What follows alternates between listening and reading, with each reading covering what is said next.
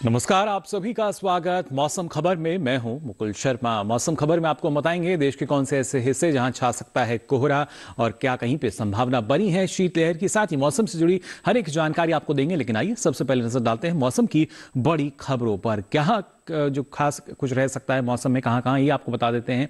और जो पहली बड़ी खबर की अगर बात की जाए, आप देख सकते हैं जो हमारी पहली बड़ी खबर है पूर्वी राजस्थान से, जहां अगले 3 दिन कहीं कहीं शीतलहर चलने के आसार बनते हुए नजर आ रहे हैं। यानी तापमान में गिरावट आ सकती है। नागालैंड की अगर बात करें तो यहां कहीं कहीं हल्का कोहरा छा सकता है। अभी तक इस तरह का जो अनुमान है वो जताया गया है। इसके साथ ही केरल की अगर बात की जाए तो अगले 5 दिन यहां कहीं कहीं हल्की बारिश हो सकती है, इस तरह का अनुमान जताया गया है। और साथ ही तमिलनाडु की अगर बात करें तो अगले 5 दिन यहां भी हल्की बारिश की संभावना जताई गई है मौसम विभाग द्वारा। साथ ही जम्मू कश्मीर की अगर बात की जाए तो 30 नवंबर से 2 दिसंबर के बीच यहां बर्फबारी के आसार बनते हुए नजर आ रहे हैं। अब आइए आगे बढ़ते हैं और मौसम पूर्वानुमान में जान लेते हैं बारिश की स्थिति क्या रह सकती है। सबसे पहले क्योंकि अलग अलग क्षेत्रों की अगर बात की जाए किस तरीके से मौसम रह सकता है, बारिश की स्थिति आइए जान लेते हैं क्या रहेगी। आप देख सकते हैं यहाँ पर अगर उत्तर पश्चिम भारत की हम बात करते हैं तो पूरी तरीके से बारिश जो है वो कहीं भी फिलहाल नजर नहीं आ रही। जम्मू कश्मीर की बात की जाए, लद्दाख, हिमाचल प्रदेश, उत्तराखंड, ना पहाड़ी क्षेत्रों में और मैदानी क्षेत्रों में भी आप देख सकते हैं। पंजाब, हरियाणा, दिल्ली, उत्तर प्रदेश की अगर बात की जाए तो यहां भी कहीं भी फिलहाल किसी भी तरह की कोई बारिश का अनुमान नहीं जताया गया है मौसम विभाग द्वारा। तो यहां तो फिलहाल बारिश नहीं होगी। आगे बढ़ते हैं आइए और अब बात कर लेते हैं खासतौर से पूर्वी भारत की। यहाँ क्या कोई संभावना बनी है या नहीं, यहाँ भी आप देख सकते हैं। बिहार, झारखंड, ओडिशा की अगर बात की जाए, अरुणाचल प्रदेश, असम, मेघालय, नागालैंड, मणिपुर, मिजोरम, त्रिपुरा की अगर हम बात करें, कहीं भी बारिश की स्थिति नहीं है। पहले पश्चिम बंगाल और सिक्किम में भी, गांगे पश्चिम बंगाल में भी कहीं भी यहाँ बारिश नहीं होगी। लेकिन दक्षिण भारत में कुछ एक जगह बारिश हो सकती है। कौन सी जगह है? अंडमान निकोबार में आप देख सकते हैं अधिकतर जगह यहाँ बारिश का अनुमान जताया गया है। तटीय कर्नाटक की अगर बात करें तो कई जगह यहाँ बारिश होगी, जबकि जो बाकी हिस्से हैं दक्षिण भारत के, वहां पर कहीं कहीं बारिश का अनुमान है तेलंगाना को छोड़ के। यानी केरल, तमिलनाडु, पुडुचेरी की बात करें, रायलसीमा, तटीय आंध्र प्रदेश, कर्नाटक के और जो हिस्से हैं यहाँ कहीं कहीं बारिश होगी। वहीं मध्य भारत के जो अलग अलग राज्य हैं उसमें भी आप देख सकते हैं फिलहाल कहीं भी बारिश का कोई अनुमान नजर यहाँ पर नहीं आ रहा है। यानी मध्य प्रदेश की हम बात करें, छत्तीसगढ़, महाराष्ट्र की बात की जाए, गुजरात की बात की जाए या फिर राजस्थान, तो फिलहाल यहाँ भी कहीं भी किसी भी तरह की कोई बारिश का जो अनुमान है वो नहीं जताया गया है मौसम विभाग द्वारा। लेकिन पिछले 24 घंटों के दौरान देखिए दक्षिण भारत में कहां कहां जो बादल हैं वो बरसते हुए हमें नजर आ रहे हैं। आप देख सकते हैं केरल की बात की जाए, तमिलनाडु, पुडुचेरी के साथ साथ आप देख सकते हैं कर्नाटक के अलग अलग क्षेत्र, रायलसीमा, तटीय आंध्र प्रदेश, तेलंगाना और अंडमान निकोबार में भी अधिकतर जगह जो बादल हैं वो बरसते हुए नजर आए पिछले 24 घंटों के दौरान। इसके साथ साथ दक्षिण भारत के तमाम राज्यों में आप देख सकते हैं किस तरीके की स्थिति रही। और वहीं मध्य भारत में आप देख सकते हैं अगर मध्य महाराष्ट्र की हम बात करें तो यहां भी कहीं कहीं जो बारिश है वो पिछले 24 घंटों के दौरान दर्ज की गई। सिवाय आपने देखा अगर मध्य भारत की स्थिति यहाँ पर मध्य महाराष्ट्र में ही सिर्फ जो बारिश की स्थिति है वो पिछले 24 घंटों के दौरान सिर्फ दर्ज की गई और किसी भी जो और क्षेत्र हैं वहाँ पर फिलहाल बारिश की स्थिति दर्ज नहीं हुई। इसी के साथ ही मौसम खबर में यहाँ वक्त तो चला एक छोटे से ब्रेक से लौटेंगे तो आपको बताएंगे और क्या कुछ खास रहेगा मौसम में। आप बने रहिए दूरदर्शन किसान पर।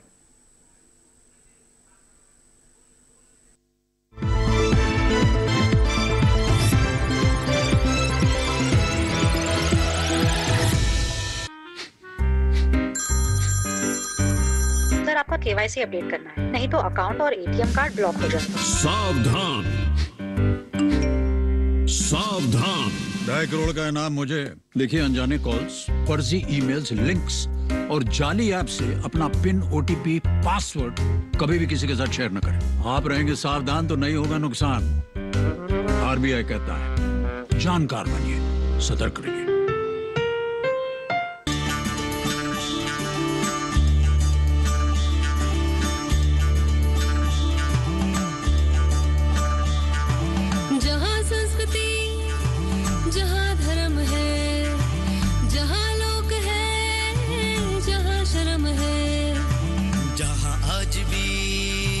वचन बड़े हैं, सीना तान गए, इश्क गड़े हैं। जहाँ बसता है अपना भारत उस पगडंडी साथ चले। चलो गाँव चले, चलो गाँव चले, चलो गाँव चले, चलो गाँव चले, चलो गाँव चले, गाँव चले, चलो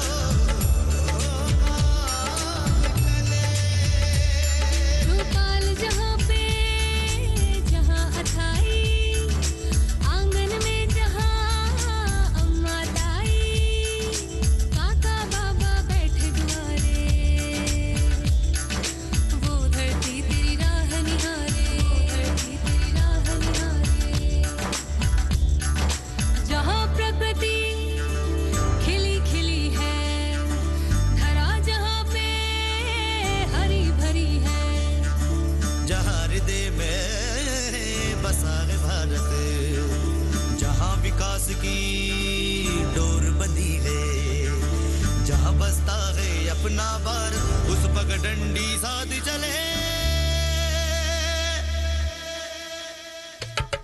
चलो गांव चले चलो गांव चले चलो गांव चले चलो गांव चले चलो गांव चले चलो गांव चले चलो गांव चले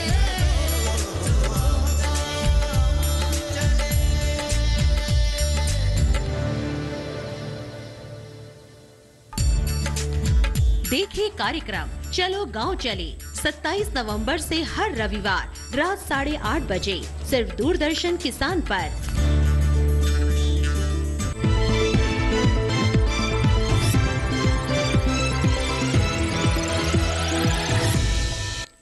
ब्रेक के बाद आप सभी का एक बार फिर स्वागत मौसम खबर में। आइए बुलेटिन में आगे बढ़ते हैं और बात कर लेते हैं जिस तरीके से बदलाव जो है वो अलग अलग क्षेत्रों में देखा जा रहा है, तो ऐसे में तापमान में किस तरह का जो बदलाव है वो फिलहाल दर्ज किया गया है। तापमान का हाल आपको बता देते हैं। पहले बात करेंगे अधिकतम तापमान के हाल की। जी हाँ, किस तरह का जो बदलाव है वो अधिकतम तापमान में देखा गया है। आप यहाँ देख सकते हैं जम्मू कश्मीर की बात की जाए, लेह लद्दाख, साथ ही हिमाचल प्रदेश, तो यहाँ अधिकतम तापमान करीब 3 से 5 डिग्री सेल्सियस ज्यादा दर्ज किया गया, यानी इसमें इजाफा दर्ज हुआ है। इसके साथ ही असम मेघालय की अगर बात करें तो यहाँ भी लगभग वही स्थिति, 3 से 5 डिग्री सेल्सियस का इजाफा जो है यहाँ भी दर्ज किया गया है अधिकतम तापमान में सामान्य तापमान के मुकाबले। तमिलनाडु पुडुचेरी में भी आप देख सकते हैं, यहाँ भी अधिकतम तापमान 3 से 5 डिग्री सेल्सियस अधिक दर्ज हुआ पिछले 24 घंटों के दौरान, यानी इजाफा जो है वो यहाँ देखा गया है। इसके साथ ही आप देख सकते हैं अगर हम पश्चिमी राजस्थान की बात करते हैं, पंजाब की बात की जाए, इसके साथ साथ उत्तराखंड, तो यहाँ पे जो इजाफा है वो दर्ज हुआ है करीब 1 से 3 डिग्री सेल्सियस का इजाफा दर्ज हुआ है अधिकतम तापमान में सामान्य तापमान के मुकाबले। ओडिशा की बात की जाए, पश्चिम बंगाल और सिक्किम की हम बात करें तो यहाँ भी 1 से 3 डिग्री सेल्सियस अधिक यानी ज्यादा रहा है अधिकतम तापमान पिछले 24 घंटों के दौरान।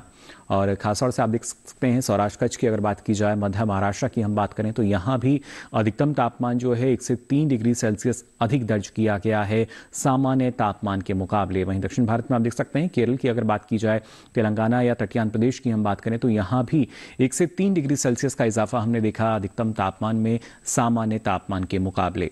और अगर खासतौर से हम बात करते हैं पूर्वी मध्य प्रदेश की, तो देखिए यहाँ पे कमी दर्ज की गई है अधिकतम तापमान में 3 से 5 डिग्री सेल्सियस की जो कमी है, गिरावट है, वो यहाँ दर्ज की गई। इसके साथ और कहाँ गिरावट आई है, पश्चिमी मध्य प्रदेश की हम बात करें, पूर्वी उत्तर प्रदेश की बात करें तो 1 से 3 डिग्री सेल्सियस की गिरावट यहाँ भी अधिकतम तापमान में दर्ज की गई, यानी सामान्य तापमान के मुकाबले एक जो कमी है वो हम यहाँ देख पा रहे हैं अधिकतम तापमान में। और इसके साथ साथ अलग अलग क्षेत्रों में आप देख सकते हैं किस तरीके से एक जो गिरावट है वो अधिकतम तापमान में देखी गई है। इसके साथ साथ सबसे अधिक तापमान आप देख सकते हैं गुजरात के वलसाड में दर्ज किया गया, अधिकतम तापमान रहा 35 डिग्री सेल्सियस। तो जाना आपने अधिकतम तापमान का हाल। बात कर लेते हैं न्यूनतम तापमान की स्थिति की। मध्य महाराष्ट्र की अगर हम बात करते हैं तो देखिए 3 से 5 डिग्री सेल्सियस अधिक रहा है यहाँ न्यूनतम तापमान, यानी न्यूनतम तापमान में इजाफा देखा गया है। इसके साथ ही भीतरी उत्तरी कर्नाटक की बात की जाए, तेलंगाना की हम बात करें, तटीय आंध्र प्रदेश की भी बात करें तो अलग अलग क्षेत्रों में करीब यहाँ भी 3 से 5 डिग्री सेल्सियस का इजाफा दर्ज किया गया न्यूनतम तापमान में, यानी ज्यादा ये दर्ज किया गया है अलग अलग क्षेत्रों में। साथ ही जम्मू कश्मीर की अगर बात करें या आप देख सकते हैं लेह लद्दाख में भी किस तरीके से 1 से 3 डिग्री सेल्सियस का इजाफा न्यूनतम तापमान में दर्ज हुआ है, जो बदलाव देखा जा रहा है न्यूनतम तापमान की स्थिति में।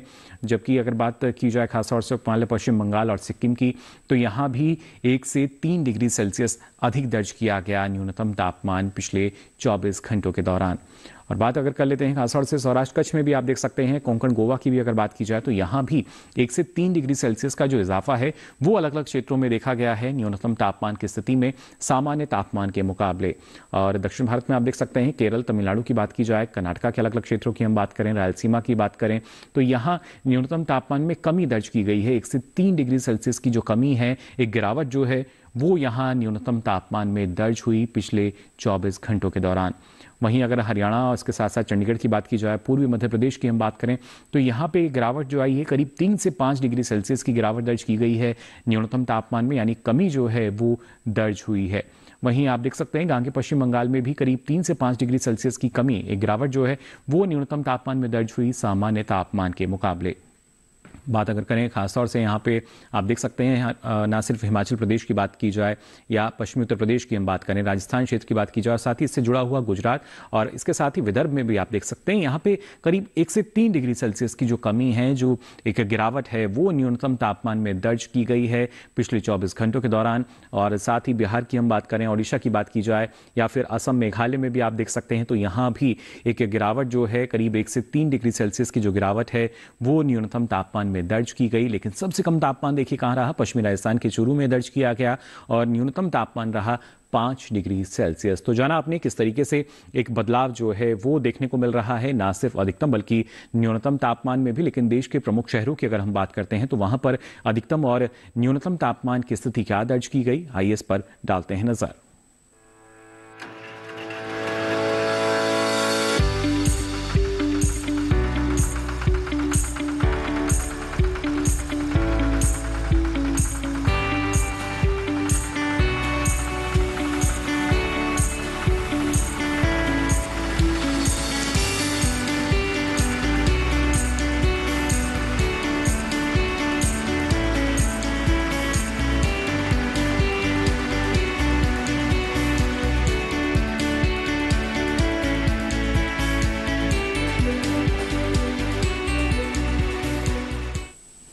और इसी के साथ ही मौसम खबर में यहाँ वक्त तो चला एक और छोटी से ब्रेक का। ब्रेक से लौटेंगे तो आपको बताएंगे और क्या कुछ खास रहेगा मौसम में। आप बने रहिए दूरदर्शन किसान पर।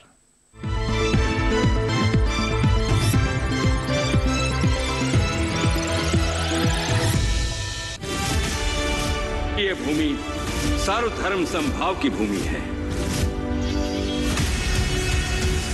काफिरों को उनकी औकात जरूर दिखाना। आस्था का मूल्य प्राणों से अधिक होता है लुटेरे।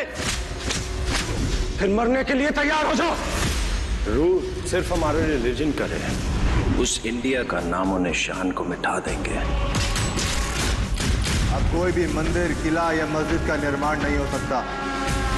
हमारी सहायता कीजिए। धर्म परिवर्तन करने के लिए विवश किया जा रहा है। इतने समय से हम सभी धर्मों के साथ शांतिपूर्वक रह रहे थे। अब समय आ गया है इन पशुओं को खदेड़ भगाने का, जिन्होंने धूर्तता की सीमा को पार कर दिया है। जीत या हार के लिए नहीं, हम अपने अस्तित्व के लिए लड़ेंगे।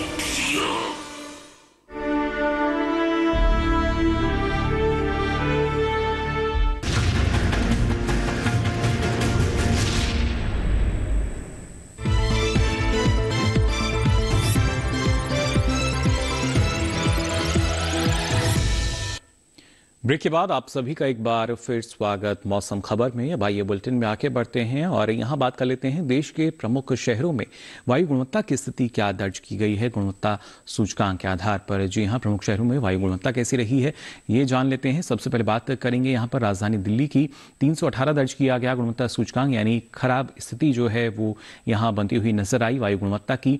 अहमदाबाद में 145 दर्ज किया गया गुणवत्ता सूचकांक, एक संतोषजनक स्थिति हम यहाँ फिलहाल देख सकते हैं वायु गुणवत्ता की। पटना की अगर बात करें 320 रहा गुणवत्ता सूचकांक, यानी यहां भी खराब स्थिति अभी भी बनी हुई है वायु गुणवत्ता की। हालांकि बेंगलुरु में आप देख सकते हैं 78 दर्ज हुआ गुणवत्ता सूचकांक, जो कि एक अच्छी श्रेणी के अंतर्गत यहां नजर आई वायु गुणवत्ता। पुणे की अगर बात की जाए तो 209 ये दर्ज किया गया गुणवत्ता सूचकांक, जो कि थोड़ी खराब श्रेणी में अभी फिलहाल यहां नजर आ रहा है। कोलकाता की अगर बात की जाए तो 245 दर्ज किया गया गुणवत्ता सूचकांक और ये भी थोड़ी खराब श्रेणी के अंतर्गत अभी नजर आया। मुंबई की अगर बात की जाए तो यहाँ 216 रहा गुणवत्ता सूचकांक और ये भी एक बार फिर से थोड़ी खराब श्रेणी के अंतर्गत नजर आई यहाँ वायु गुणवत्ता। हैदराबाद की अगर बात करें तो 135 रहा, ये एक संतोषजनक स्थिति हम मान सकते हैं, देख सकते हैं वायु गुणवत्ता की। अब आइए आगे बढ़ते हैं और नजर डालते हैं पर्यटन पूर्वानुमान में देश के प्रमुख पर्यटन स्थलों पर। सबसे पहले बात जम्मू कश्मीर के श्रीनगर की अगर की जाए तो आप देख सकते हैं शनिवार, रविवार, सोमवार 3 दिन जो मौसम है वो पूरी तरीके से खुला हुआ नजर आ रहा है। लेकिन मंगलवार की अगर बात की जाए तो आप देख सकते हैं कुछ एक जगह जो बादल हैं वो जरूर छाए रह सकते हैं। उसके बाद हालांकि मौसम साफ रहेगा, लेकिन अधिकतम तापमान 17 से 18 डिग्री सेल्सियस रहेगा, तो वहीं न्यूनतम तापमान करीब 3 से 5 डिग्री सेल्सियस के आसपास बने रहेंगे श्रीनगर में अगले 4 दिनों के दौरान। अब आइए बात कर लेते हैं हिमाचल प्रदेश में शिमला की, तो आप देख सकते हैं पर्यटन के लिहाज से काफ़ी बेहतर मौसम। शनिवार से लेकर मंगलवार तक चारों दिन जो मौसम है वो पूरी तरीके से खुला हुआ नजर आ रहा है। अधिकतम तापमान जो है वो करीब 20 डिग्री सेल्सियस रहेगा, तो न्यूनतम तापमान करीब 6 डिग्री सेल्सियस के आसपास बने रहेंगे यहाँ भी अगले 4 दिनों के दौरान। तो ना सिर्फ जो मौसम है उसमें किसी भी तरह का कोई बदलाव नहीं, बल्कि एक बेहतर स्थिति पर्यटन के लिहाज से, और साथ ही तापमान में भी कोई बड़ा बदलाव नहीं होगा। उत्तराखंड के नैनीताल की अगर बात की जाए, देखिए लगभग यहाँ भी वही स्थिति शनिवार से लेकर मंगलवार तक पर्यटन के लिहाज से काफ़ी बेहतर स्थिति हम यहाँ देख पा रहे हैं, क्योंकि मौसम जो है वो पूरी तरीके से खुला नजर आ रहा है, कोई भी खास गतिविधि नहीं होगी। और ऐसे में जो अधिकतम तापमान करीब 16 से 17 डिग्री सेल्सियस रह सकता है। बात न्यूनतम तापमान की जाए तो ये करीब 9 से 10 डिग्री सेल्सियस के आसपास बने रहने का अनुमान जताया गया है मौसम विभाग द्वारा। उत्तर प्रदेश के प्रयागराज की अगर हम बात करें तो देखिए शनिवार, रविवार, सोमवार, मंगलवार चारों ही दिन एक जैसी स्थिति है, यानी सुबह के समय यहाँ पर जो कोहरा है वो जरूर छा सकता है। हालांकि उसके बाद जो मौसम है वो साफ बने रहने की भी संभावना है, लेकिन सुबह के समय आपको यहाँ कोहरा मिल सकता है। अधिकतम तापमान जो है करीब 27 से 28 डिग्री सेल्सियस रहेगा, न्यूनतम तापमान करीब 11 से 12 डिग्री सेल्सियस के आसपास बने रहेंगे। बिहार के बोधगया की अगर हम बात करें तो यहाँ भी देखिए मौसम जो है चारों दिन हमें खुला हुआ नजर आ रहा है, यानी किसी भी तरह की कोई खास गतिविधि दर्ज नहीं की जाएगी। अधिकतम तापमान करीब 25 से 26 डिग्री सेल्सियस रहेगा, तो वहीं न्यूनतम तापमान करीब 8 से 9 डिग्री सेल्सियस के आसपास बने रहने का अनुमान जताया गया है मौसम विभाग द्वारा। तो जान लिया आपने बोधगया में किस तरह का मौसम आपको मिल सकता है अगले 4 दिनों के दौरान। अब आइए रुख कर लेते हैं ओडिशा के पुरी का। तो पुरी में भी देखिए मौसम जो है वो खुला हुआ नजर आ रहा है, काफी पर्यटक यहाँ भी पहुंचते हैं। शनिवार से लेकर मंगलवार तक चारों दिन देखिए जो मौसम है उसमें किसी भी तरह की कोई खास गतिविधि नजर नहीं आ रही, और ऐसे में जो अधिकतम तापमान है वो करीब 30 डिग्री सेल्सियस के आसपास रह सकता है, तो वहीं न्यूनतम तापमान करीब 18 से 19 डिग्री सेल्सियस के आसपास बने रहने का अनुमान जताया गया है अगले 4 दिनों के दौरान मौसम विभाग द्वारा। अरुणाचल प्रदेश के तवांग की अगर हम बात करें तो देखिए शनिवार से लेकर मंगलवार तक चारों ही दिन यहाँ पे कहीं कहीं जो हल्की बर्फबारी है उसकी संभावना जताई गई है। चारों दिन आप देख पा रहे होंगे बर्फबारी का जो संकेत है वो यहाँ नजर आ रहा है। और ऐसे में अगर अधिकतम तापमान की हम बात करें तो करीब 13 से 14 डिग्री सेल्सियस से रहेगा, तो वहीं न्यूनतम तापमान करीब 1 से 2 डिग्री सेल्सियस के आसपास बने रहेंगे। तवांग में आपने जान लिया, अगर आप वहाँ पे थोड़ा सतर्क रहें। आंध्र प्रदेश के विजयवाड़ा की अगर हम बात करते हैं तो देखिए शनिवार, रविवार, सोमवार 3 दिन यहाँ बारिश की जो स्थिति है वो बनती हुई नजर आ रही है। हालांकि मंगलवार की अगर बात की जाए तो कुछ एक जगह हल्की सी धुंध या जो कोहरा है वो जरूर छाया हुआ रह सकता है। हालांकि उसके बाद मौसम माना जा रहा है कि साफ यहां रहेगा, और ऐसे में जो अधिकतम तापमान करीब 32 से 33 डिग्री सेल्सियस रह सकता है, तो वहीं न्यूनतम तापमान भी करीब 23 से 24 डिग्री के आसपास बने रहेंगे।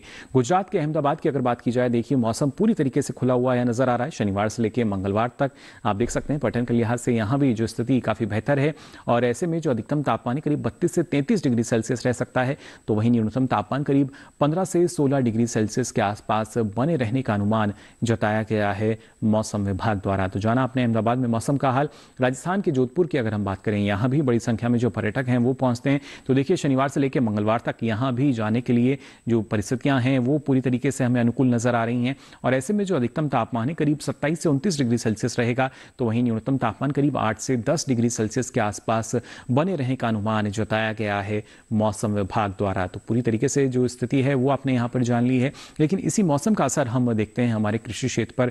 लेकिन जो किसान है वो मौसम को ध्यान में रखते हुए कौन कौन से कृषि कार्य कर सकते हैं, आइए जान लेते हैं इस रिपोर्ट में। पंजाब के किसान इस समय गेहूं की बुआई कर सकते हैं। वैज्ञानिकों ने यहाँ के लिए PBW 826, PBW 869, PBW 824, सुनहरी और PDW 291 जैसी उन्नत किस्में बोने की सलाह दी है। पंजाब के किसान धान की पकी फसल की कटाई से 3 सप्ताह पहले सिंचाई बंद कर दें।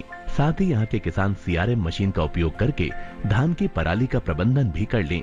पंजाब के कपास किसान शुष्क मौसम की संभावना के चलते ओस के वाष्पीकरण के बाद कपास की चुनाई कर लें। पंजाब में इस मौसम में गन्ने की फसल में शीर्ष बेधक का खतरा रहता है। इसकी रोकथाम के लिए 10 किलो फर्टेरा 0.4 GR को प्रति एकड़ के आधार पर शीर्ष छेदक से ग्रस्त पौधे में डालें। साथ ही मिट्टी को थोड़ा ऊपर कर लें और तुरंत ही इसकी हल्की सिंचाई कर दें। पंजाब में सभी सब्जियों की साप्ताहिक अंतराल पर सिंचाई करें। यहाँ भिंडी के पौधों में तेला दिखने पर 80 मिलीलीटर एकोटीन का 15 दिन के अंतराल पर 1 या 2 बार छिड़काव करें। साथ ही इससे फसल को बचाने के लिए नीम आधारित स्प्रे भी किया जा सकता है। पंजाब में इस समय फूलगोभी, आलू, मूली, शलजम, पालक, धनिया, मेथी और ब्रोकली की बुआई की जा सकती है। हरियाणा में गेहूं की विभिन्न किस्मों की बुआई की जा सकती है। साथ ही इस मौसम में यहाँ सरसों की भी बुआई कर सकते हैं। बुआई से पहले बीजों को उपचारित जरूर कर लें। हरियाणा में इस समय अमरूद, आम, लीची, चीकू, जामुन, बेल और आंवला जैसे सदाबहार पौधों का रोपण भी किया जा सकता है। साथ ही इन फलों के बागों के आसपास की खरपतवार को हटा दें। हरियाणा में टमाटर की फसल में अंगमारी दिखने पर 600 ग्राम इंडोफिल M45 को पानी मिलाकर छिड़कें। यहाँ मिर्च में फलों के सड़ने की स्थिति को रोकने के लिए फसल पर 250 मिलीलीटर फॉलिकुर को पानी में मिलाकर 10 दिन के अंतराल पर स्प्रे करते रहें। तो जाना आपने मौसम को ध्यान में रखते हुए किसान कौन कौन से कृषि कार्य कर सकते हैं। भाई आगे बढ़ते हैं और आज की फसल में बात करते हैं बैंगन की खेती की। इसकी कौन सी अच्छी प्रजातियां हैं जिनका चयन आप कर सकते हैं, कौन सी अच्छी किस्में हैं और वहां पर अगर आपको अच्छी उपज लेनी है किन किन बातों का ख्याल रखना होगा इस मौसम में, आइए जान लेते हैं हमारी इस खास रिपोर्ट में। वैसे तो बरसात की जलवायु बैंगन के लिए सबसे उपयुक्त है, लेकिन शीतकालीन और ग्रीष्मकालीन बैंगन भी उगाए जाते हैं। अच्छी बात यह है कि बैंगन की खेती हर तरह की उपजाऊ मिट्टी में की जा सकती है। फिर भी दोमट मिट्टी इसके लिए सबसे बेहतर मानी जाती है। बैंगन की रोपाई करने से पहले खेतों को अच्छी तरह तैयार कर लें। रोपाई करते समय पौध से पौध की दूरी 60 सेंटीमीटर और कतार से कतार की दूरी 60 से 75 सेंटीमीटर रखें। किस्म का चुनाव करते समय सावधानी बरतने की जरूरत है। किसान अपने इलाके और जलवायु के हिसाब से ही किस्म का चुनाव करें। खेत तैयार करते समय 200 से 250 क्विंटल गोबर की खाद या कंपोस्ट खाद प्रति हेक्टेयर की दर से डालें। साथ ही 100 किलोग्राम नाइट्रोजन, 80 किलो फास्फोरस और 80 किलो पोटाश दें। फल आना शुरू हो तब भी उर्वरकों की कुछ मात्रा डाल दें। जहां तक सिंचाई की बात है तो इसमें जरूरत के हिसाब से पानी दिया जाता है। सर्दियों के बाद चूंकि ज्यादा पानी की जरूरत होती है, इसलिए आगे चलकर नियमित अंतराल पर इसकी सिंचाई करनी होगी। खरपतवार नियंत्रण के लिए विशेषज्ञों की सलाह पर उचित दवाओं का छिड़काव करें। बैंगन की फसल में तना और फल भेदक कीटों का खतरा रहता है। इससे बचाव के लिए किसान दवा का छिड़काव विशेषज्ञों की सलाह से मौसम साफ रहने पर ही करें। तो जाना आपने किस तरह की सावधानी आपको यहाँ पर रखनी होगी और उसके लिए जानकारी का होना बेहद ज़रूरी। अब ये सारी जानकारी आप देख सकते हैं डीडी किसान के यूट्यूब चैनल पर भी। इसके लिए आपकी टीवी स्क्रीन पर जो QR कोड दिखाया जा रहा है इसे आप स्कैन करें, जिसके बाद आप पहुंचेंगे हमारे यूट्यूब चैनल पर और यहाँ ये सारी जानकारी मौसम खबर के साथ अब आप कभी भी कहीं भी ले सकेंगे। तो फिलहाल के लिए इस बुलेटिन में बस इतना ही। मौसम की ताज़ा जानकारियों के साथ फिर होंगे हाजिर। मुझे दीजिए इजाजत। नमस्कार।